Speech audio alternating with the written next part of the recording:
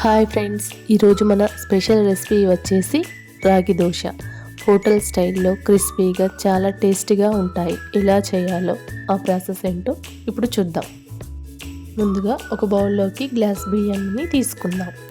ఇందులో అరకప్పు మినుములను, అరకప్పు రాగులను తీసుకుందాం.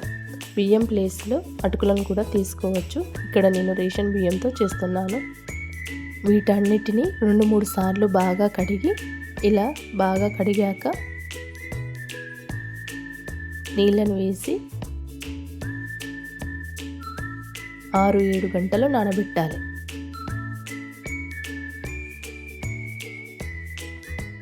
మూత పెట్టేసుకుని పక్కన పెట్టేసుకుందాం. 6 గంటల తర్వాత చూడండి, అన్నీ కూడా చక్కగా నానాయి. ఇప్పుడు వీటన్నిటిని మిక్సీ జార్లోకి కొద్ది కొద్దిగా వేసుకుంటూ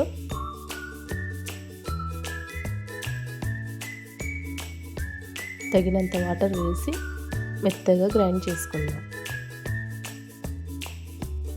ఇప్పుడు వేరొక బౌల్లోకి తీసుకోండి.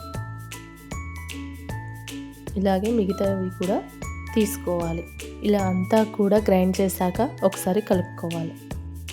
ఇలా మూత పెట్టి నైట్ అంతా పక్కన పెట్టేసుకోండి. ఇప్పుడు స్టవ్ ఆన్ చేసి ప్యాన్ పెట్టి అందులోకి పల్లీలను వేద్దాం. పల్లీలు వేడయ్యాక పుట్నాల పప్పును కూడా ఒకసారి వేద్దాం.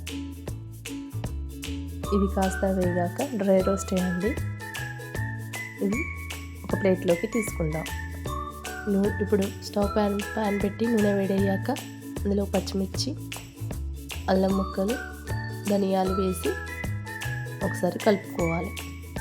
ఇవి వేగాక పక్కన పెట్టేసండి చల్లారే వరకు. ఇప్పుడు మిక్సీ జార్లోకి మనం వేయించుకున్న పల్లీలను, పుట్నాలను తీసుకుందాం. అందులోకి తగినంత చింతపండు, వెల్లుల్లి, జీలకర్ర, రుచికి సరిపడా ఉప్పు వేసి మనం వేయించుకున్న పచ్చిమిర్చి, ధనియాలు, అల్లంను ఇందులో వేసి గ్రైండ్ చేసుకుందాం.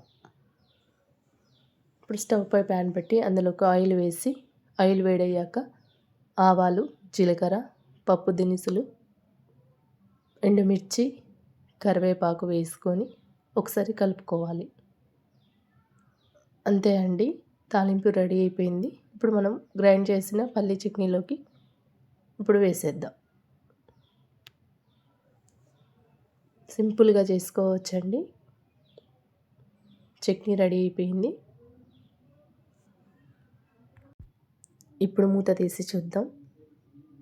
పిండి కనీసం 10-12 గంటలైనా పులియబెట్టాలి. పిండి బాగా పులిచింది.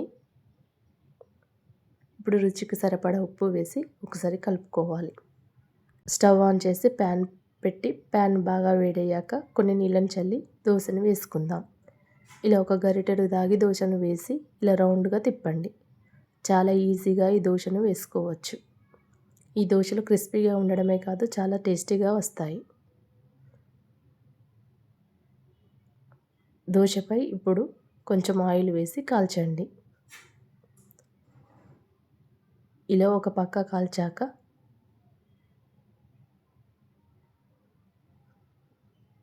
మరో పక్కకి తిప్పండి. మరొక నిమిషం కాల్చండి. ప్లేట్లోకి తీసుకోవడమే. ఇలాగే మనకి ఎన్ని దోశలు కావాలో అన్ని దోశలు వేసుకోవడమే. ఈ దోశలు 2-3 తింటే చాలు, మంచి ఎనర్జీ అందుతుంది. అలాగే లంచ్ టైం వరకు ఆకలి కూడా వేయదు. So thank you for watching.